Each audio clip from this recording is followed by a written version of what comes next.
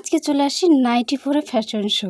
তো সবাই তো অনেক অন্য অন্য মানে ড্রেস পরে ফ্যাশন শো দেয়, তো আমি দিচ্ছি নাইটি পরে। কারণ আমাকে একটা দাদাভাই কমেন্ট করছে আমাকে নাইটিতে নাকি খুব মানে ভালো লাগে বেশি। তো ওটা মানে ফানির জন্যই হয়তো বলেছিল। যাই হোক, কোনটার কত দাম ওটা আমি লিখে দিছি।